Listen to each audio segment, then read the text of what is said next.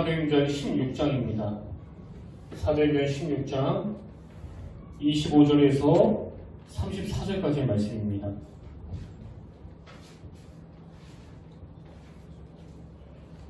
사도행전 16장 25절에서 34절까지의 말씀, 신약 216페이지에 있습니다.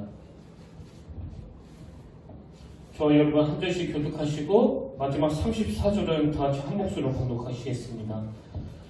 한밤중에 바울과 실라가 기도하고 하나님을 찬송하며 죄수들이 듣더라. 이에 갑자기 큰 지진이 나서 옥토가 움직이고 불이 바라리며 모든 사람의 메인 것이 다 부서진지라.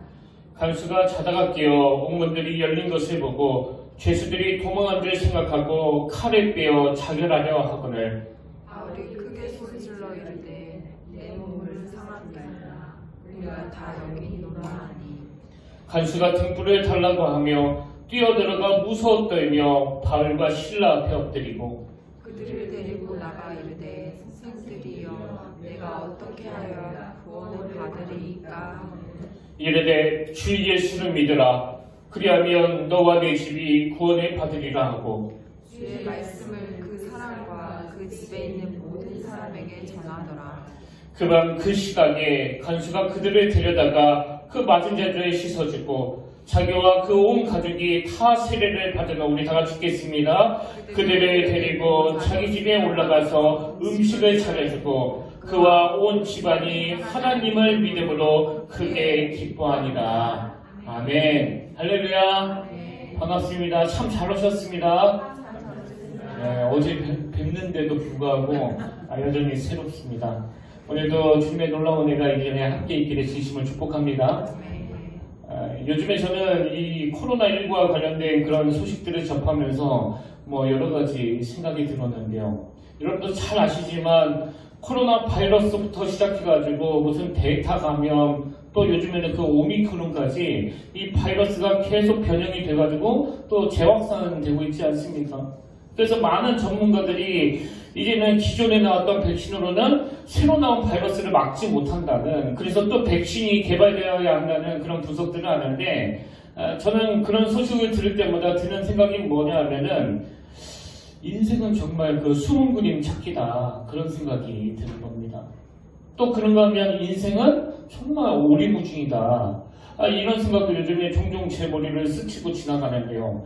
제가 이 오리무중이라는 사자성어를 사전에서 찾아보니까 이렇게 설명하더라고요. 짙은 안개가 오리나 껴있는 속에 있다. 이게 오리무중인데요. 여러분, 왜 제가 이런 생각들이 계속 마음속에서 되뇌있는 겁니까? 살다 보니까 도무지 이해할 수 없는 일들이 너무 많이 일어나는 겁니다. 그래서 인생이 정말 오리무중이다. 특히 그 예수 믿는 입장에서 보면은요, 진짜 하나님이 하시는 일에 대해서 이해가 안 될 때가 너무나 많은 겁니다. 그래서 많은 분들이 살다가 예상치 못한 일을 만나게 될 때 다들 이렇게 되뇌어질 거라고 생각하는데요. 도대체 왜 하나님은 일을 이렇게 하시는가? 이런 의문으로 꽉 차 있는 이게 바로 예수 믿는 사람들의 삶이라고 저는 생각하거든요. 오늘 본문도 마찬가지입니다. 오늘 본문은 이제 사도 바울 일행이 2차 선교 여행을 출발하는 그 과정을 담고 있는데요. 아마도 저는 이 본문에서 지금 이 사도 바울 일행이 두 가지 혼란에 빠지지 않았을까, 그런 생각을 해봅니다. 그들이 했을 것 같은 그 첫 번째 혼란은요, 하나님은 왜 이렇게 선한 의도로 계획한 일을 막으시는가, 이런 혼란스러운 질문에 빠졌을 거예요. 왜냐하니까 원래 바울 일행은 아시아 지역 선교를 계획하고 있었는데 지금 하나님이 그 일을 막으시는 겁니다.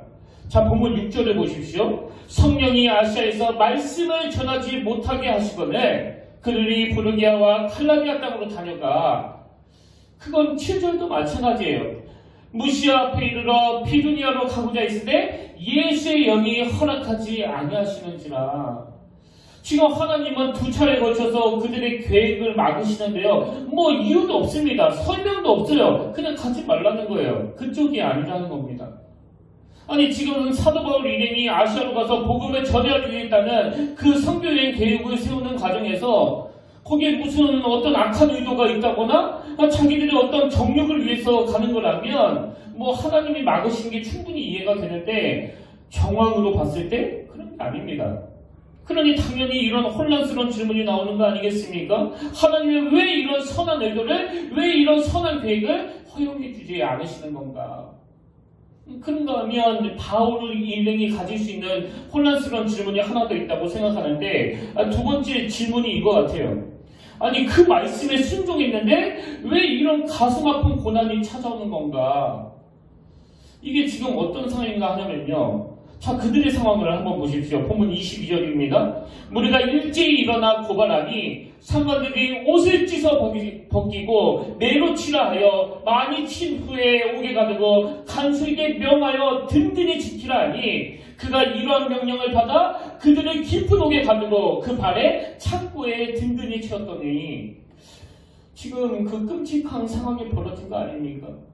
아니 아시아 쪽으로 가려고 했던 자기의 계획을 다 내려놓고 하나님의 뜻을 순종해가지고 유럽 쪽으로 발길을 옮겼는데 그리고 그 유럽 쪽으로 발길만 옮긴 게 아니라 진심으로 거기서 복음을 전하고 귀신 듣는 자를 고쳐주고 그리고 병든 자를 고쳐주고 뭐 여러 가지 선한 일들을 많이 했는데 그 결과가 뭐 사람들의 엄청난 박수와 그 열광적인 격려는 없다 치더라도 어떻게 이런 끔찍한 고난을 찾아올 수 있느냐는 겁니다. 사실 이렇게 있을 법한 질문을 제가 상정해 보니까요. 이게 뭐 하나도 낯설지가 않아요. 뭐 저를 위시해서 대부분의 예수 믿는 분들이 마음속에 가지는 그런 의문스러운 질문이 바로 이런 거 아니겠습니까? 그래서 인생은 오리무중이라는 겁니다. 근데 저는 이 본문 말씀을 묵상하면서 오늘 본문에 등장하는 이 바울 일행이 너무나 귀하다고 생각이 드는 게 뭐냐 하면 이렇게 이해할 수 없는 일이 일어나가지고 억울하게 감옥에 들어갔는데도 불구하고 뭐 그것 때문에 좌절하고 절망하는 게 아니라 오히려 그 상황을 잘 헤쳐나가는 모습을 보이고 있더라는 겁니다. 이게 참 지혜로운 거 아닙니까? 피할 수 없는 고난이라면 나는 거기에 그냥 함몰돼서 분노하고 울분하지 않고 기왕에 받는 고난 나는 헤쳐나가겠다.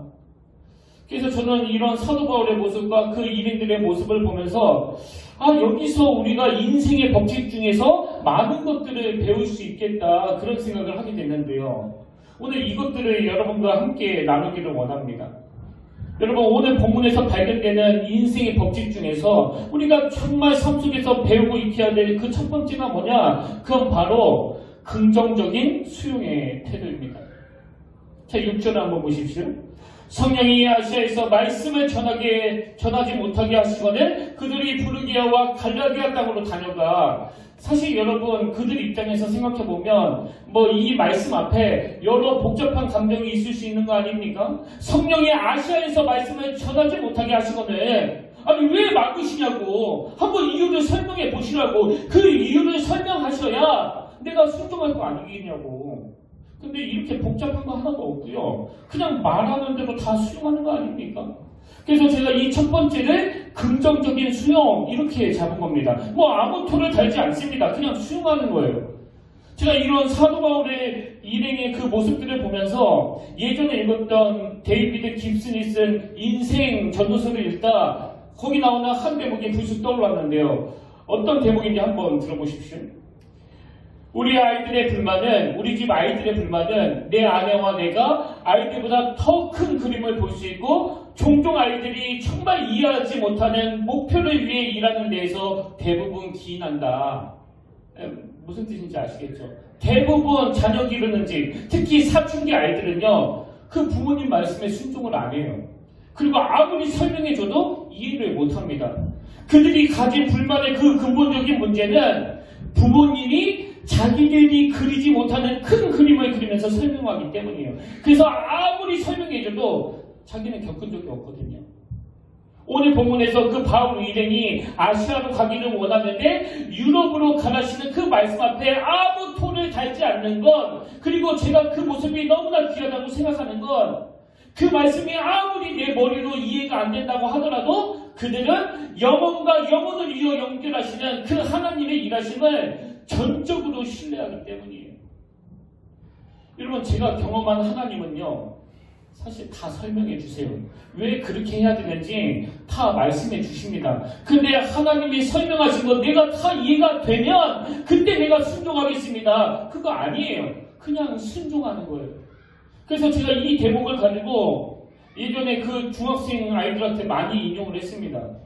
니들이 내가 말하는 거 다 이해할 수 없어도 그래도 목사님은 많은 사람을 상대하는 사람 아니니 그러니까 이해하려고 하지 말고 내가 하는 말에 순종하면 이게 너희들에게 너무나 유익하게 될 거다. 그런 이야기를 제가 종종 중학생 아이들한테 해줬거든요. 하나님 앞에서 우리도 그렇습니다. 지혜로운 사람은요, 영원하신 하나님의 계획 앞에 그냥 순종하는 거예요.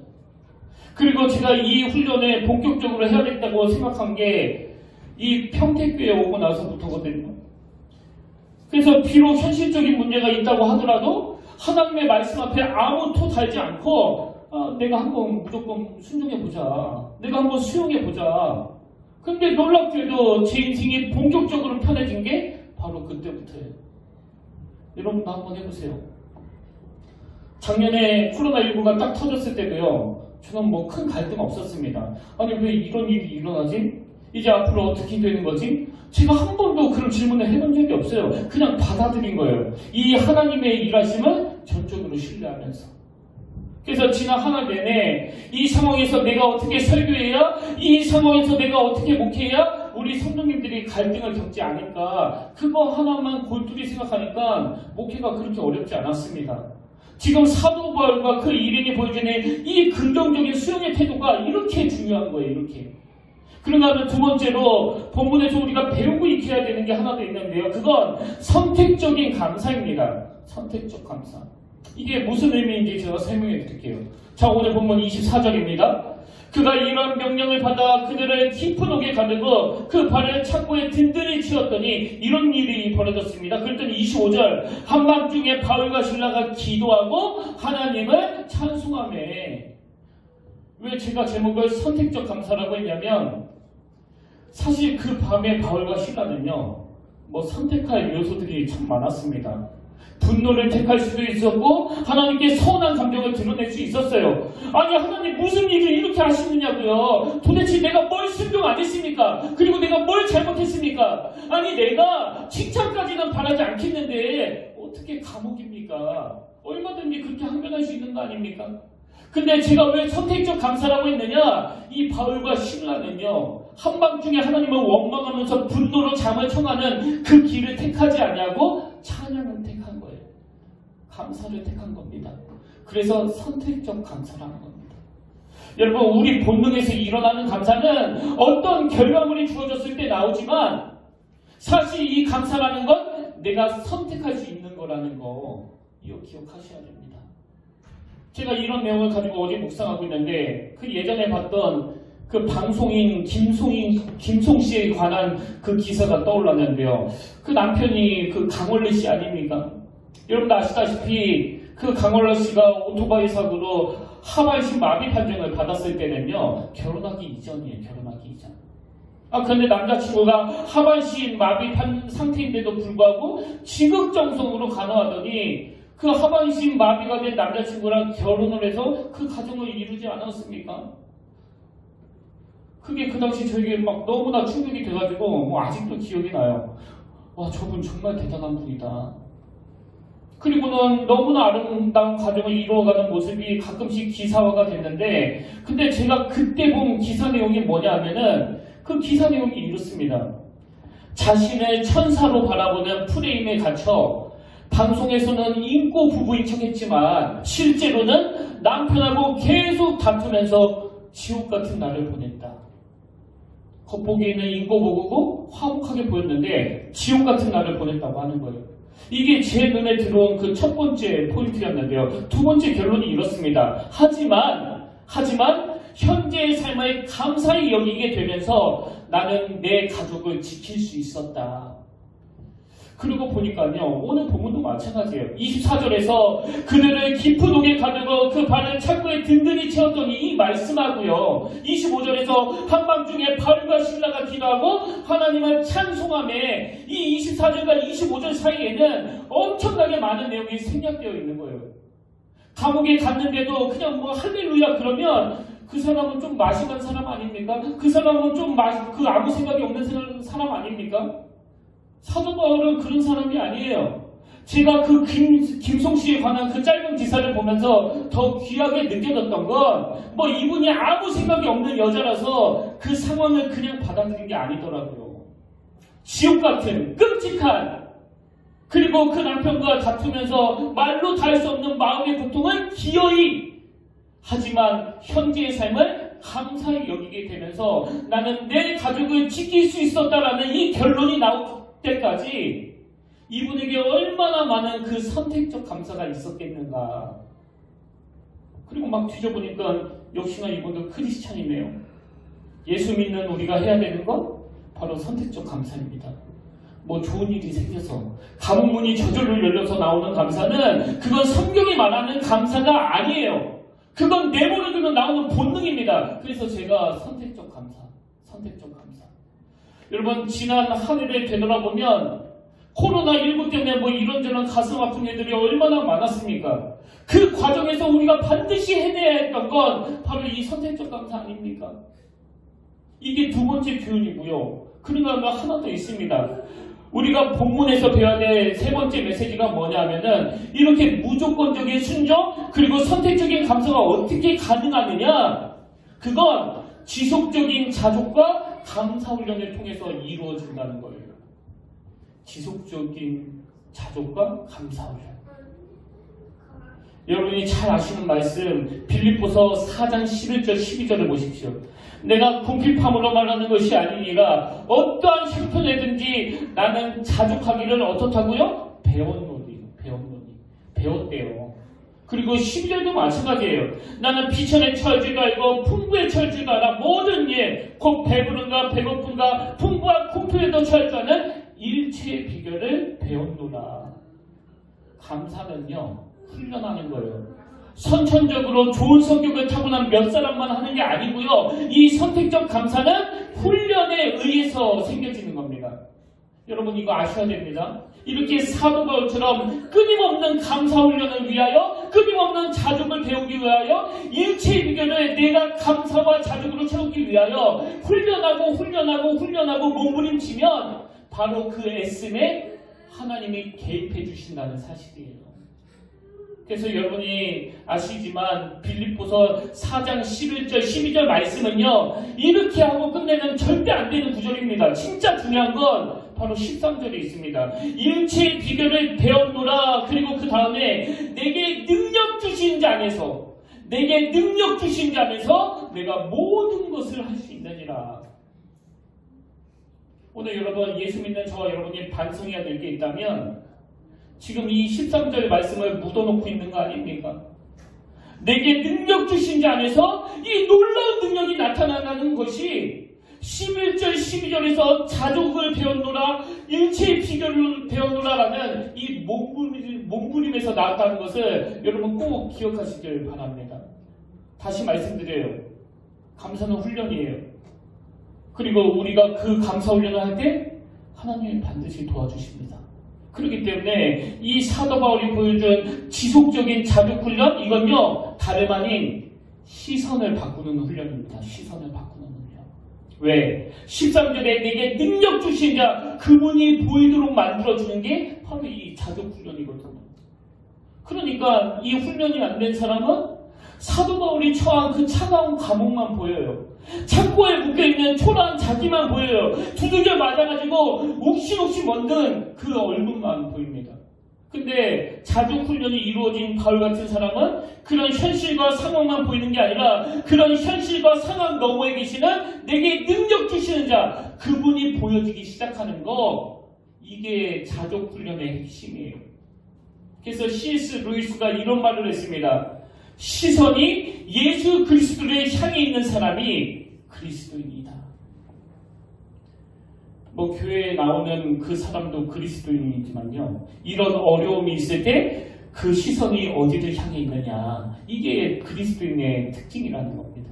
시선이 예수 그리스도를 향해 있는 사람이 그리스도인이다. 자네는 얽힌 스튜어스라는 분도 비슷한 이야기를 했는데요. 이렇게 말했습니다. 기쁨은 고통의 부재가 아니라 하나님의 임재이다. 저는 이 구절을 발견하고요. 이렇게 내 마음에 너무나 감동적으로 와닿는 구절이 몇 구절 안 된다고 생각했습니다. 다시 한번 들어보세요. 기쁨은 고통의 부재가 아니라 하나님의 임재이다. 감옥이라는 고통이 없어질 때 찾아오는 게 기쁨이 아니고요. 감옥 속에서도 하나님의 임재를 경험하는 거, 그게 기쁨이라는 겁니다. 여러분, 언제까지 우리가 그 환경이 좋아질 때까지 기다리고 있겠냐고요. 기쁨은 고통이 없어서가 아니라 하나님의 임재가 있을 때 가능하다. 그러면 페리 노블이 쓴 삶의 어떤 순간에서도 하나님, 이 책에 나오는 한 대목인데요. 이것도 너무나 감동적이에요. 인생 최대의 문제점은 죄를 짓는 것이 아니라 예수 그리스도를 모르는 것이다. 여러분, 죄 안 짓는다고 감사가 나오던가요? 죄 안 짓는다고 기쁨이 회복됩니까? 인생 최대의 문제점은 죄를 짓는 것이 아니라 예수 그리스도를 모르는 것이다. 이런 점에서 저는 올 한 해를 이 성경 구절로 마무리가 됐으면 좋겠습니다. 시편 62편 5절. 나의 영혼아 잠잠히 하나님만 바라라. 나의 영혼아 잠잠히 하나님만 바라라. 물은 나의 소망이 그로부터 나오는도다. 여러분, 이 말씀으로 올 한 해가 마무리될 수만 있다면 코로나19 때문에 어긋나버렸던 수많은 계획들, 코로나19 때문에 혼란스러웠던 그 모든 것들이 다 체류가 되어서 내 마음의 기쁨과 감사를 회복시키는 능력이 나타나는 줄로 믿으시길 바랍니다. 여러분, 오늘 본문에 나오는 사도 바울이 보여주는, 또 방금 읽어드렸던 다윗이 보여주는 그 성숙함은요, 바로 지속적인 자족과 이 감사훈련이라는 것. 그리고 지속적인 자족과 감사훈련의 마지막 목표는 우리와 함께 하시는 그 하나님을 바라보고 인식하는 훈련이라는 것. 그거 기억하십시오. 그래서 여러분, 다시 말씀드리고 다시 부탁드립니다. 감사 노트 쓰기 훈련 계속 하셔야 돼요. 몇 가지 쓰느냐보다 더 중요한 건 지속성이에요. 지속성. 하나 말다? 그거 소용없습니다.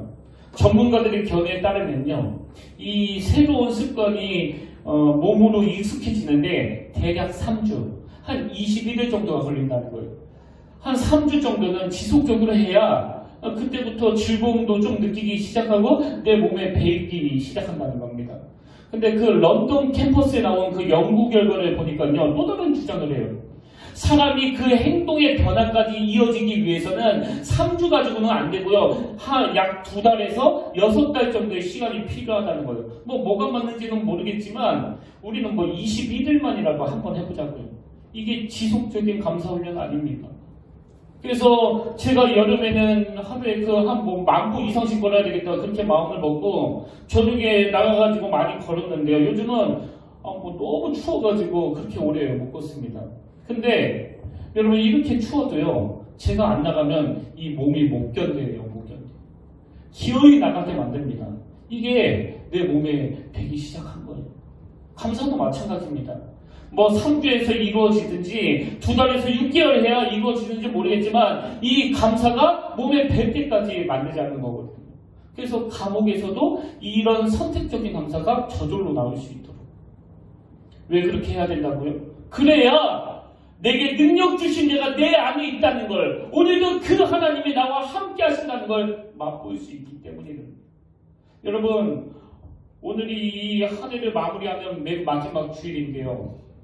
우리가 내년을 꿈꾼다면 이 세 가지를 꼭 기억했으면 좋겠습니다. 첫째, 우리에게는 이 긍정적인 수용의 태도가 필요합니다. 내 안에 일어나는 거에 대해서 자꾸 토달고 그걸 가지고 이해 못하겠다고 자꾸 원망하고 그래가지고 달라지는 거 하나도 없습니다. 그냥 수용하는 거예요. 복잡하게 생각할 거 없습니다. 그냥 수용하는 거예요. 그러면 둘째, 선택적인 감사를 택하는 겁니다. 이 상황이 아무리 원망이 되고 분노가 일어난다 할지라도 그럼에도 불구하고 나는 감사를 택하겠다.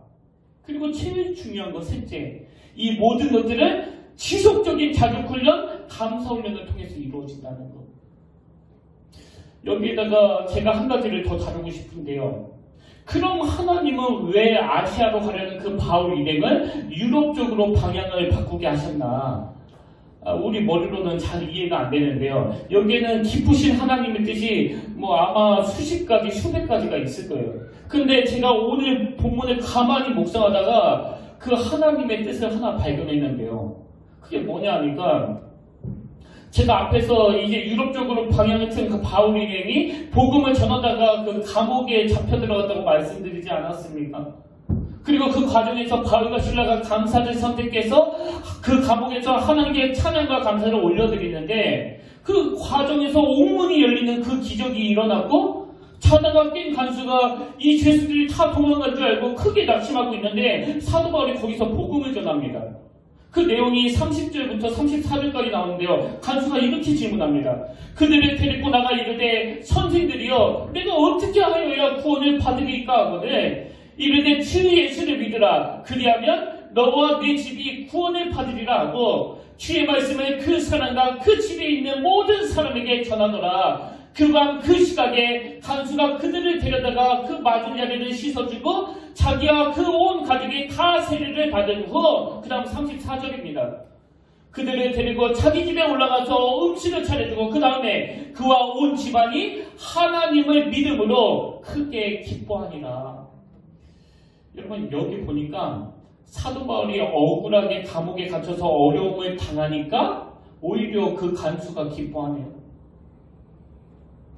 그래서 제가 이 말씀을 묵상하면서 목회자가 성도들을 잘 섬기는 과정에서 막 어려움이 찾아오고 피곤해지고 그리고 고난이 찾아오면 그게 성도들이 기뻐하는 재료가 되는 거구나.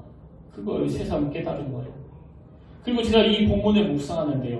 그 머릿속으로 그 요한복음 4장에 나오는 예수님의 모습이 떠오르는 겁니다. 그 수가성 여인을 만나주시는 예수님.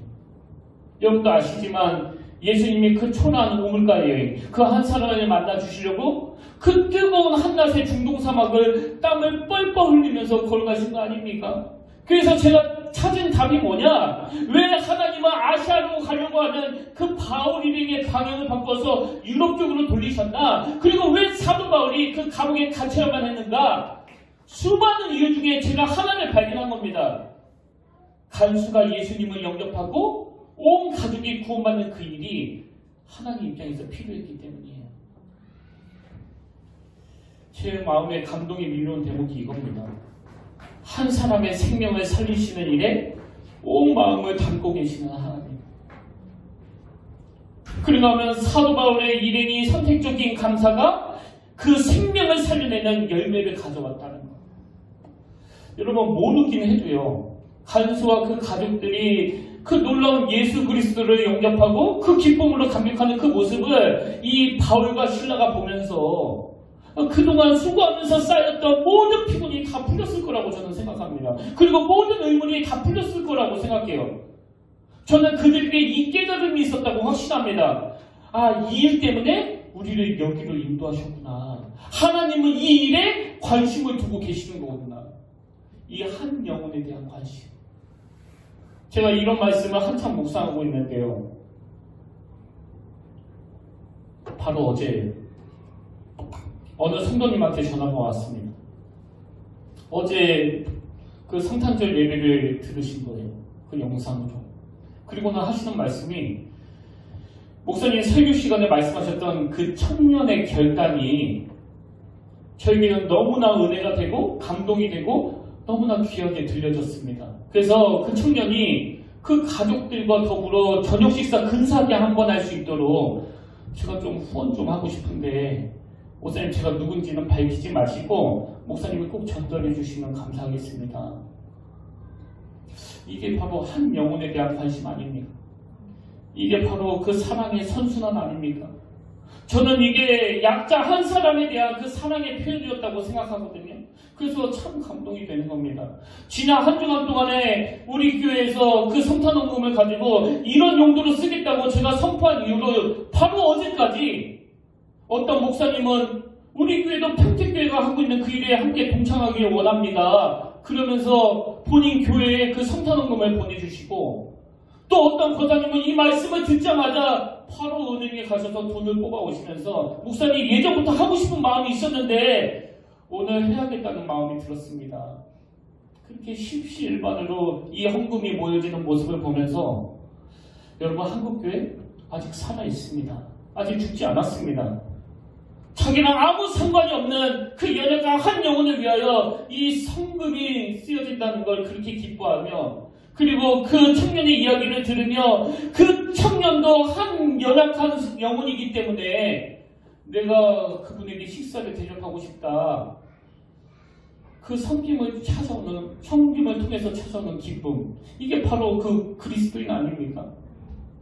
사도 바울 일행이 본능으로는 아시아로 가고 싶었는데 유럽으로 돌리시는 그 하나님의 말씀이 좀 불편할 수도 있었고 뿐만 아니라 그 하나님의 말씀에 순종해서 유럽으로 건너가 그 놀라운 복음을 전하고 귀신을 쫓아내고 병든 자를 살리는 일을 했는데 뭐 사람들의 칭찬은 고사하고 오히려 오해받아가지고 두들겨 맞고 감옥에 들어가는 그 상황에서 그 마음에 울분과 분노로 가득 찰 수도 있었지만 여러분 그 대가를 지불했기 때문에 그 감옥의 간수가 또 그 가족들이 새 생명을 얻을 수만 있다면 그걸 기뻐할 수 있는 게 바로 그리스도인 아닙니까? 그래서 저는 우리 모두가 다 내년에는 이 꿈을 좀 꿨으면 좋겠습니다. 우리 평택교회로 말미암아 주변의 연약한 이웃들이 함께 살아나는 꿈. 그러기 위해서는요. 우리 모두가 다 죽는 길을 택해야 돼요. 그 사도 바울처럼. 여러분 이거 꼭 명심하십시오. 우리가 죽어야 그분이 살려주십니다. 우리가 죽어 썩어지는 미랄이 될 때 거기에 새로운 열매가 나타나는 거예요. 그래서 우리가 죽어야 한다는 거예요. 우리가요 그 총론은 다들 도사인데 그 강론이 약해요. 맨날 죽어야 된다, 십자가에 못 박혀야 된다 그러면 다들 아멘 아멘 하는데 뭐 한 번도 죽어본 적이 없습니다. 강론이 너무 약해요. 근데 내년에는 진짜 한번 죽어보자는 겁니다. 진짜 한번 희생당해 보자는 거예요. 그래서 하나님 앞에 썩어지는 미랄이 되어보자는 겁니다. 이게 우리 교회가 내년에 꿔야 되는 꿈이라면요. 담임 목사인 제가 꾸고 있는 두 번째 꿈이 뭐냐? 아까 성탄헌금을 보내주신 그 목사님처럼 많은 교회들이 약하고 어려운 교회들을 향하여 용기를 잃지 않도록 같이 나누고 같이 꿈을 꾸는 이런 무브먼트가 일어나기를 저는 간절히 바라고 있습니다. 결론은 이렇게 맺기를 원합니다. 저는 올 한 해의 마지막 예배를 여러분들과 함께 드리게 돼서 얼마나 감사한지 모릅니다. 그래서 제가 이런 생각을 해봤어요.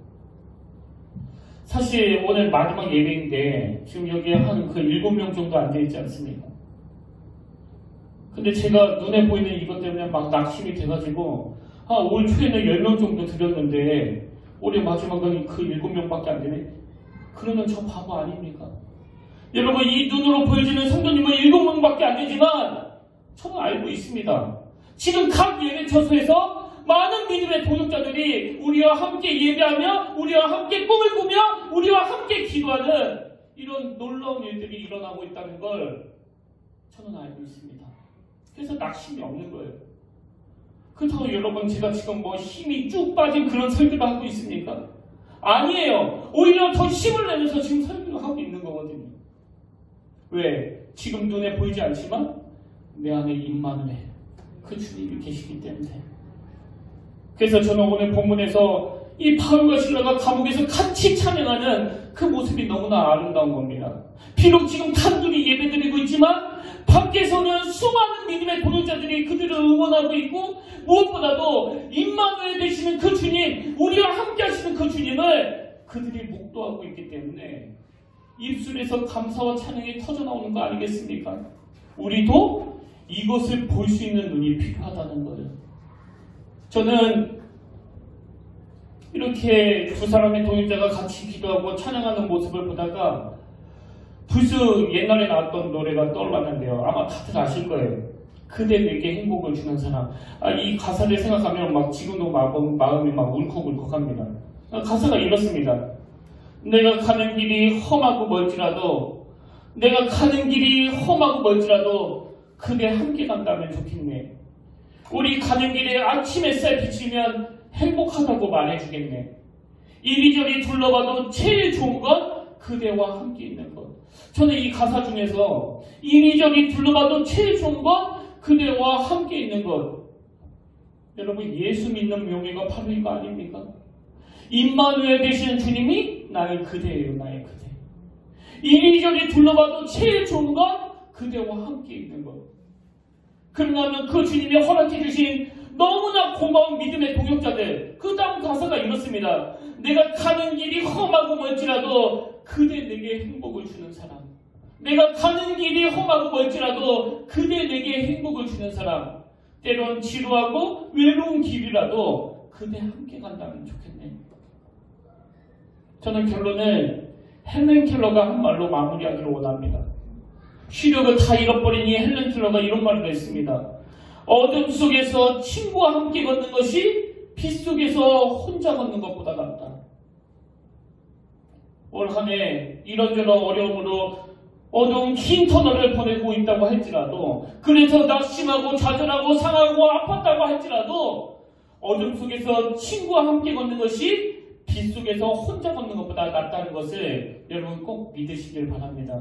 올 한 해 마무리 말씀이 2021년도 마지막 말씀이 이 말씀이 되기를 바랍니다. 우리 오늘 말씀을 기억하시면서 이 찬양, 아까 제가 인용해드렸던 시편 말씀으로 만든 찬양인데요. 나의 영혼이 잠잠히 하나님만 바라며, 우리 가사를 생각하시고 또 말씀을 기억하시면서 이 찬양 함께 하나님께 올려드리길 원합니다.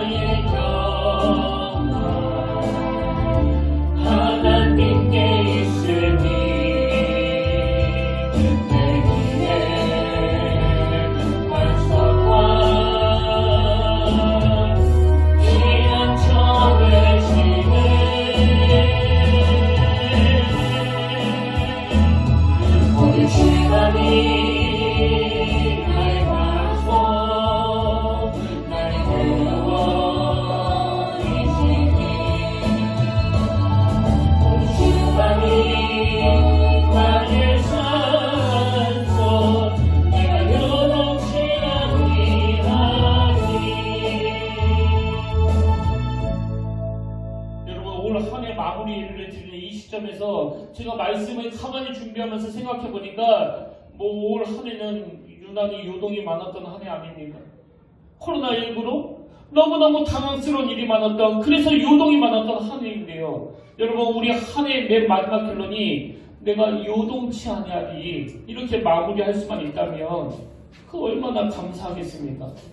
여러분, 그 간소한 사람, 그 한 가정의 구원을 위하여 또 우물가의 그 인간적인 눈으로 봤을 때 너무나 초라한 한 여인을 만나주시기 위하여 가장 뜨거운 그 시간에 땅을 뻘뻘 흘리며 걸어가시는 그 주님을 제가 상상해 보니까 여러분, 왜 그것이 저에게 감동이 됩니까?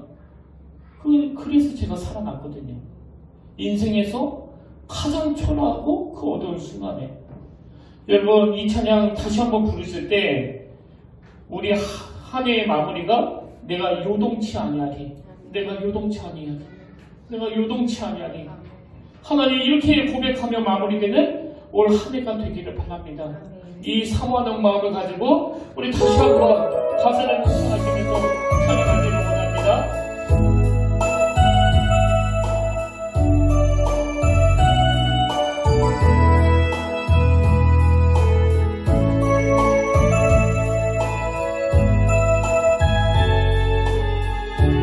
나의 영이 잠잠히 하나님만 바라며,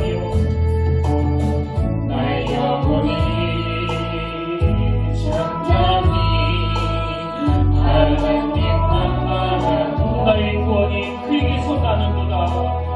나의 구원이 그에게서 나네. 나의 영혼아 잠잠히, 나의 영혼아 하나님만 바라라. 하나님만, 나의 소망이 저에게서 나는도다.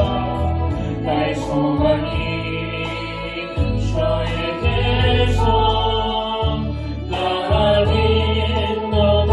오직 주만이, 오직 주만이 나의 반석, 나의 구원이시니. 오직 주만이 나의 산성, 내가 요동치 아니하라. 나의 영혼이 간절히, 나의 영혼이 간절히 여호와 내가 바라라. 나의 입술이 여호와를 찬양하리. 나의 입술이 여호와를 찬양하리. 나의 영혼이 즐거이, 나의 영혼이 즐거이 여호와를 따르리. 나의 평생에 여호와를 송축하리. 나의 평생에 여호와를 송축하리. 오직 주만이, 오직 주만이 나의 반석, 나의 구원이시니. 오직 주만이 나의 산성, 내가 요동치 아니하리. 나의 구원, 나의 영원 하나님께 있으니. 내 뒤에 반석과 피난처 되시네, 피난처 되시네. 오직 주만이, 오직 주만이 나의 반석, 나의 구원이시니. 오직 주만이, 오직 주만이 나의 산성, 내가 요동치 아니하리. 아멘. 살아계신 하나님 아버지, 오늘 하늘을 돌아보고 점검하며 아버지의 그 은혜를 우리가 감사함으로 누리기를 원합니다. 코로나19라고 하는 한 번도 겪어보지 못한 그 복병으로 말미암아 그 기대하지 않았던 현실 앞에 많은 좌절이 있었고 많은 낙심이 있었고 의도했던 많은 것들이 무산되는 이런 아픔이 있었지만 그러나 합력해서 선을 이루시는 그 하나님을 의지하고 신뢰하며 그렇게 나아가기를 원합니다. 오늘 우리가 하나님 앞에 지속적으로 자족하는 훈련과 감사하는 훈련이 일어난다고 할 때에 내게 능력 주신 자 그분이 보여지게 될 줄로 믿습니다. 그래서 상황만 보고 현실만 보여지는 연약한 저희들의 시선이 내게 능력 주신 자 그분에게로 옮겨가게 하여 주시옵소서. 그러면 이 시간 한 해를 풍성하게 보내도록 은혜를 베풀어 주신 주님을 찬양하고 찬양하고 찬양합니다. 내가 약할 때 강함으로 함께하여 주시고 내가 가난할 때 그 필요를 공급해 주시며 내가 갈피를 못 잡고 방황하고 있을 때 말씀으로 가이드가 되신 그 주님 앞에 때로는 사춘기 아이들처럼 어긋날 때도 있었지만 그래도 아침마다 새롭게 하시는 그 은혜가 있었기에 오늘 우리가 이 자리에 있게 된 줄로 믿습니다. 아버지, 새해에는 우리가 주님을 더 가까이 하며 그 주님의 뜻을 이루어드리는 우리가 되도록 주여 함께하여 주시옵소서. 그렇게 인도하여 주실 줄 주님 믿사오며 존귀하신 주님 앞에 감사드리오며 예수님 이름으로 간절히 기도드립니다. 아멘. 이제 우리 다 자리에서 일어나셔서 파송 찬양으로 이 찬양을 부르기를 원하는데요. 주님 다시 오실 때까지 나는 이 길을 가리다. 여러분, 내년에도 여전히 우리 앞에 좁은 문 또 좁은 길에 놓여있지만 그러나 내게 능력 주시는 자 그분이 우리와 함께 하시기 때문에 모든 난관을 이겨낼 줄로 믿습니다. 우리 선포하면서 결단하면서 이 찬양을 하나님께 올려드리기를 원합니다.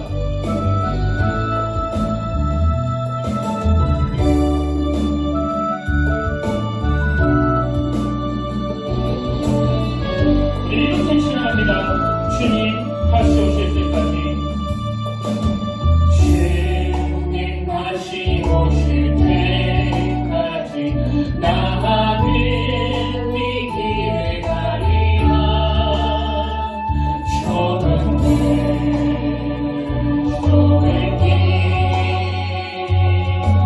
나의 십자가 지고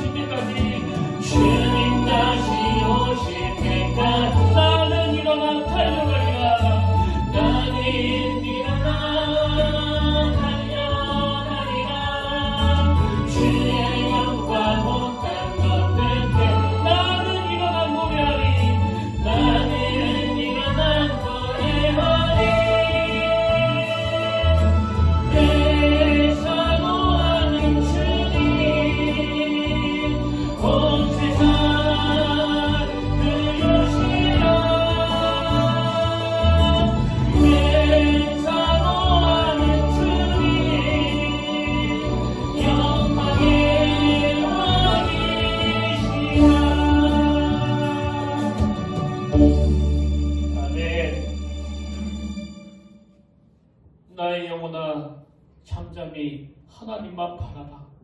나의 영혼아 잠잠히 하나님만 바라라. 물론 나의 소망이 그로부터 나오는도다. 하나님, 오늘 우리의 시선이 예수 그리스도를 향해 있을 때 내가 참 그리스도인다움을 회복하는 것이라고 배웠습니다. 여전히 아버지 우리는 아직까지는 그 훈련이 다 되지 못했습니다. 그러나 하나님, 눈에 보이는 창고에 묵혀 그 감옥에 갇혀있는, 그래서 이 현실이, 이 상황이 너무너무 실망되어 탑을 세워 원망하고 불평하고 또 누군가에게 책임을 전가시키는 이 악순환이 이제는 끊어지기를 원합니다. 내 시선이 더 이상 이런 기대하지 않았던 나쁜 환경에 함몰되지 아니하고 내게 능력 주시는 자, 그분에게로 내 시선이 옮겨지게 하여 주시옵소서. 이제 이런 관점으로 이 한 해를 정리하고 마무리함으로 말미암아 하나님, 이 한 해에 겪었던 모든 것들이 재료가 되어 내가 요동하지 아니하리라, 이런 열매로 맺어지도록 인도하여 주시옵소서. 아버지, 맞이하는 새해에는 이 자력 훈련이 더 많이 이루어짐으로 말미암아 자발적인 감사와 선택적인 감사로 인하여 어떤 상황에서도 무너지지 않는, 그래서 잃어버렸던, 빼앗겼던 그 감사거리들이 되찾아지도록 인도하여 주시옵소서. 이제는 우리 주 예수 그리스도의 은혜와 하나님 아버지의 다함없는 사랑과 성령님의 감동, 감화, 위로부터 충만하심의 역사가 오늘 주신 말씀 마음에 담고 새해에는 주님께 더 가까이 다가가기로 다짐하며 임마누엘 하나님, 나와 함께 하시는 능력 많으신 그 주님이 새해에는 나를 통해 어떤 놀라운 일을 행하실지를 기대하는, 그리고 예배드리는 모든 주의 자녀들 머리 위에 지금부터 영원토록 함께 계시기를 간절히 축원하옵나이다.